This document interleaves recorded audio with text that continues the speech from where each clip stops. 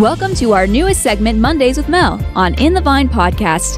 These episodes, Melissa will be taking the opportunity to get creative, sharing biblical insight and teaching, hosting new guests, and more. Stay tuned, and if you enjoyed today's episode, don't forget to show your support and like, share, and subscribe. Hi, everybody, and welcome to another episode of Mondays with Mel with your host, Mel. Today, I finally have a guest in the studio, and I'm so excited because I have the beautiful Alyssa with me today. Hi, everyone. How are you doing? I'm doing well, thank you. Good. I'm so excited to have you here. So, Alyssa is a traveling nurse, so she's been traveling for like the past, 2 years. 2 years. And so tell us about the places that you've been to. Yeah, so I've been traveling for about 2 years. I originally started nursing here in Palmdale, California. I've been to Boston, Massachusetts, Pennsylvania, Pittsburgh area, Montana, Tennessee, and now I'm in Texas. Yes, and I'm so excited. I'm going to be visiting you soon in Texas. It's going to be fun. So excited about that. And so now you're gonna come home, right? But for now, she's visiting us for the weekend. And so we went out last night, and shout out to Baracoa. Yes, delicious. Yeah, their restaurant is so awesome. And so we had the empanadas. They were so good. And while we were there, we were just chatting about what God is doing in our lives. And so she told me a specific story, and I was like, man, like you need to share that in the podcast, because I think it'll bring people a lot of encouragement. And so with that being said, Alyssa, tell us what God is doing for you in Texas and lead us into that story. Yes. So a really cool story, just even getting the job in Texas. I had just finished my contract in Tennessee, and long story short, I just felt the confirmation that Texas was the place for me. So I finished my contract, and I hadn't heard anything yet. So I just drove to Texas, and I was like, I'm just gonna hope and pray, you know. I was like, it wouldn't make sense to drive all the way home and then go back to Texas. So I drove to Texas, and I was living in a hotel for about a week, just exploring Texas, enjoying it. But it was a really cool supernatural thing that I got that job. Eventually it broke. I was going back and forth like, okay, I haven't heard anything, let me go back home. But God is faithful, and I just obeyed his voice, stayed, and then there was a breakthrough, and I got that job. So yeah, God is definitely, it's not easy. It's not an easy gig. It's a hard ER to work in, but doesn't mean that he's not in it. So yeah, he's teaching me a lot. I love that. And I think one of the things that we brought up when we were talking was how you yourself, you were like, you know, I have to be accountable, and I have to like push myself through in order to tap into the joy of the Lord, which obviously is what the girls and I talked about in the last season. And what's cool is like, you know, oftentimes we step into God's will and we think it's going to be like all peachy, right? And we're like, oh my God, like God, me and my coworker were laughing today because we're like, here we are at the job that we prayed for, right? It's great, you know? But it's not always like that. Sometimes God's will comes with having to stretch yourself and having to discipline yourself. And so with that, I know that you said that in this environment, like sometimes it gets really easy to kind of just like, it's a really negative environment. Obviously, people are there in their emergency, right? So not only are you dealing with difficult situations, but it's not just the one. You're dealing with a whole bunch of other stuff. And so with that, you told me the story about the baby. Yes. Right. So tell us. So it was just another night shift in the ER, and it's a very busy, and I'm still like learning the ropes of how the system works. I wasn't formally trained, just thrown in. It was very short staffed. So I'm always like trying to figure out how to chart and do all that good stuff. So I had this baby. He was very, very young. Mom brought him in, and long story short, he was very sick and needed to be flown out. So I remember it was just a very busy, chaotic night, and I had to go back into the family and get them to fill out some more paperwork. They were about to leave, and I remember seeing the grandma. She was standing over the baby, and she was in tears, and you know, it kind of just stops you in the middle of your tracks of being so busy. And it's like that human compassion of like, okay, you're seeing someone cry, they're in distress, like it's a very scary moment for them. So you kind of turn off that like RN duty mode, and you know, God just moves your heart. And I remember, not that it would have really changed anything, but she mentioned something about having a church family that was really strong and praying for them. So I just, you know, assumed that she'd be open to it. And I was like, you know, just pray for him. So I stood over him, and I ended up praying for him like for quite a bit. And I just remember really encountering and feeling like the presence of God. And it was just like, I just felt heat and just love, compassion. But yeah, I just kind of walked away from that moment like, wow, Lord, like I wasn't planning or really thinking about it. It wasn't like this big grandiose thing. It was just a spontaneous, my heart was moved. Like, what else at this point? All you can offer is he just needed a miracle. There was nothing that I could do as a nurse, medically speaking. Like, he just really at this point needed a miracle. And I kind of just walked away like, wow, Lord, like in the midst of me being very busy, stressed, you met me in that moment. Not again for me, which is what we were saying. Like at the end of the day, it's not about us. It's about seeing God move through us. And yeah, I was just amazed. Like, oh, I didn't really think about it. But God was there, and it wasn't like this beautiful. I didn't prepare. It just did it, and I really encountered God there in that moment for that child. So yeah, it was really cool. And I think that's the part that really got me, right? Because I think a lot of Christians, we get like we get paralyzed in our own religion in a way, because we're like, okay, well, I didn't pray today, or I didn't spend like 3,000 hours in worship, you know what I mean? Like, and so we're like, oh no, God can't use me, or blah, blah, blah, blah, or we miss out on opportunities because we're so focused on ourselves. When it's not that. Like, it's surrendering ourselves so that the Lord could move through us, right? And we see that all the time in the Gospels, where it was like people that weren't perfect, that God used and moved mightily through them. And so, with that being said, you know, I think we just kind of want to encourage people with that, right? Because it's like, you know, God says that and I know I said this I think I said it in the last episode, where he uses the foolish things to confound the wise. And so he doesn't need like perfection. He doesn't need people that are just like super holy, right? Obviously, though, you know, you got to be holy. But he just needs a willing vessel. And the story of David and his brothers, as we know, David was not the one that people would have assumed would be the king. It actually says that he was out in the field when the Samuel came to like pick the king and all that stuff. And so one thing about David's brother, David, all of his brothers, they had like these big and amazing names, right? Like, they stood for something. They had just like they carried like some kind of like awesomeness to them. But David's name, I don't remember exactly what it means, but I know that one of the definitions was willing. And so the fact that God chose him, it was because he had a willing heart, right?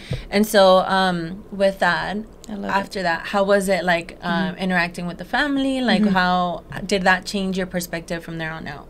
Yes, definitely. I think at least for the family's sake, the grandma really appreciated it, and they ended up just like leaving at that moment. But yeah, it just kind of really just opened my eyes, like just to remember that in the midst of the chaos, like to be in tune and to listen for those moments.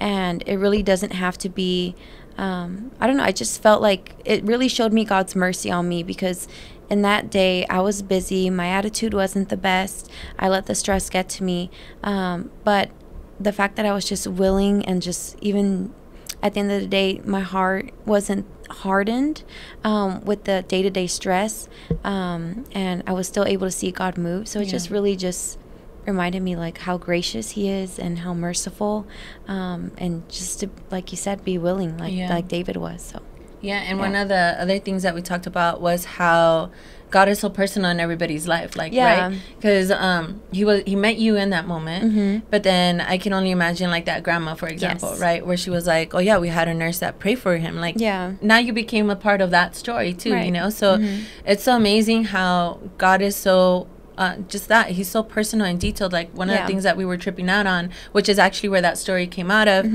was how, you know, we're having like our personal encounters with the Lord, and God is moving. We're just like, dude, like God is moving in our lives, and it's so cool. Like God is doing this, but realizing that God is just as personal with the person right next to you.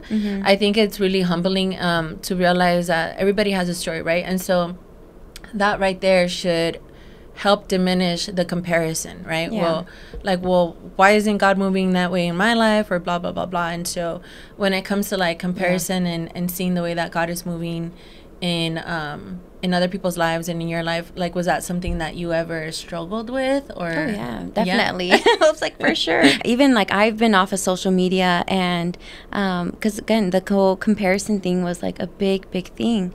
And but it's like, okay, one thing that I've learned in my life is like, okay, I cut off the social media. At least for me, like comparison was like a weak point. But if I just cut it off and wasn't like purposely filling myself, then it was like I was just doing it for no reason. So yes, I cut off the social media, but also I have to do the extra mile and also fill myself up and read those scriptures, declare those scriptures of who God says I am. And I've cried out and I've asked, like, Lord, like, I just pray that when I break off the comparison in Jesus' name and all that, but also help me to rejoice when I see you move in other people's lives.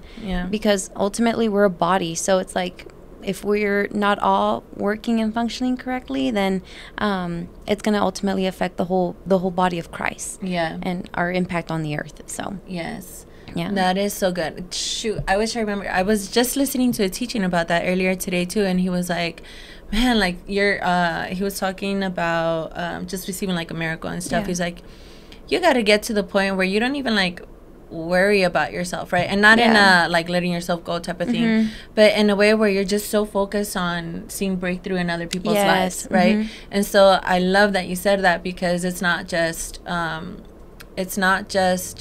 being okay with what God isn't or isn't doing, but it's also celebrating what God is doing in other people's lives. And I also love that you touched on not just getting rid of like the social media, but doing the inner work too. I remember I was talking with Pilen, and I was like, because I was in like the situation, right, where I was like, oh, I want to get out of this because I keep comparing myself to these people.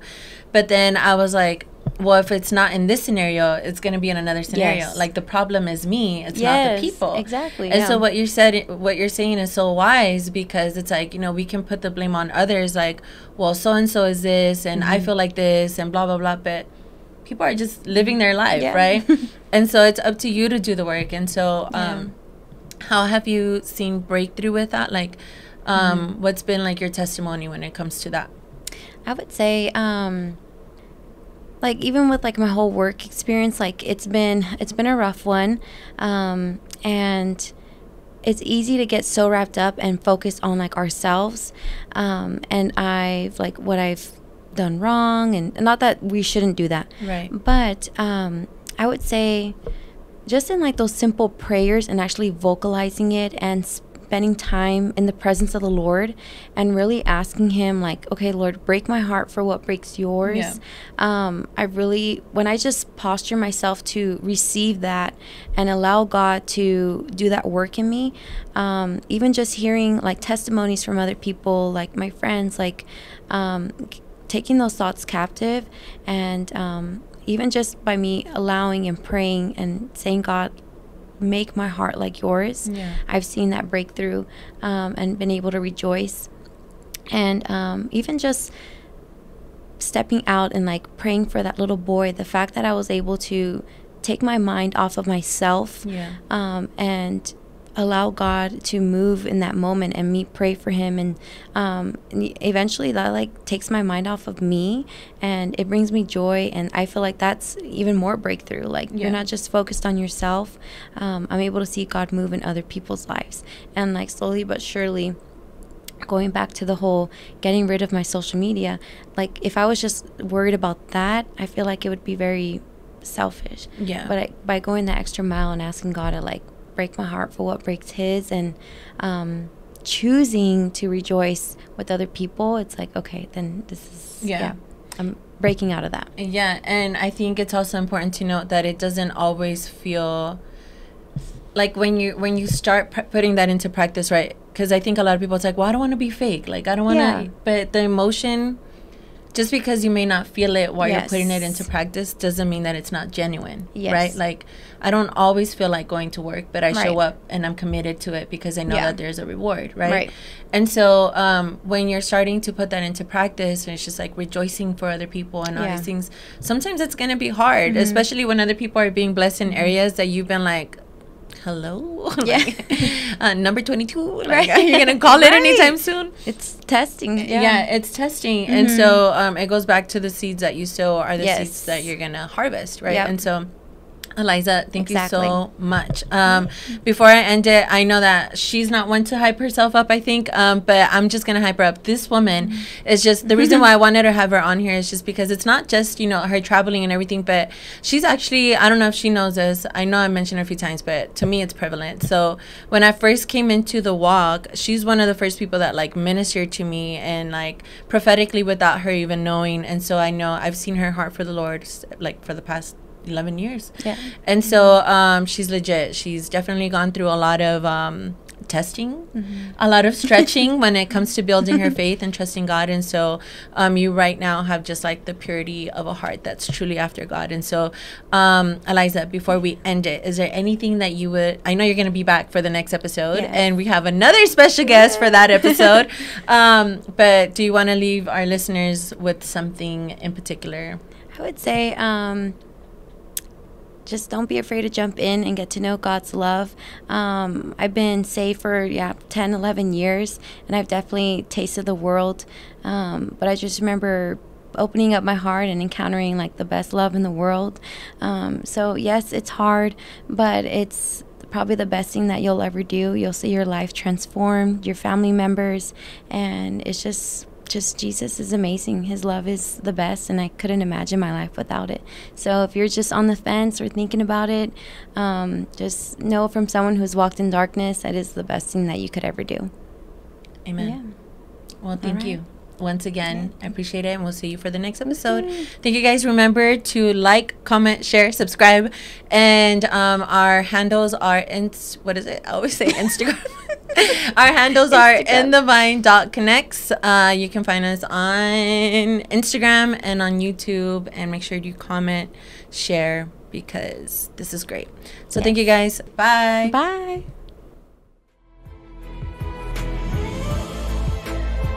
Thank you for listening. If you liked this episode or we answered any of your questions, or you have a question that you would like to be discussed in future episodes, let us know in the comments or share on social media. And don't forget to visit our website for more information about our upcoming events, and be sure to hit subscribe so you won't miss out on the amazing content and guests we have lined up for you. Shalom and God bless.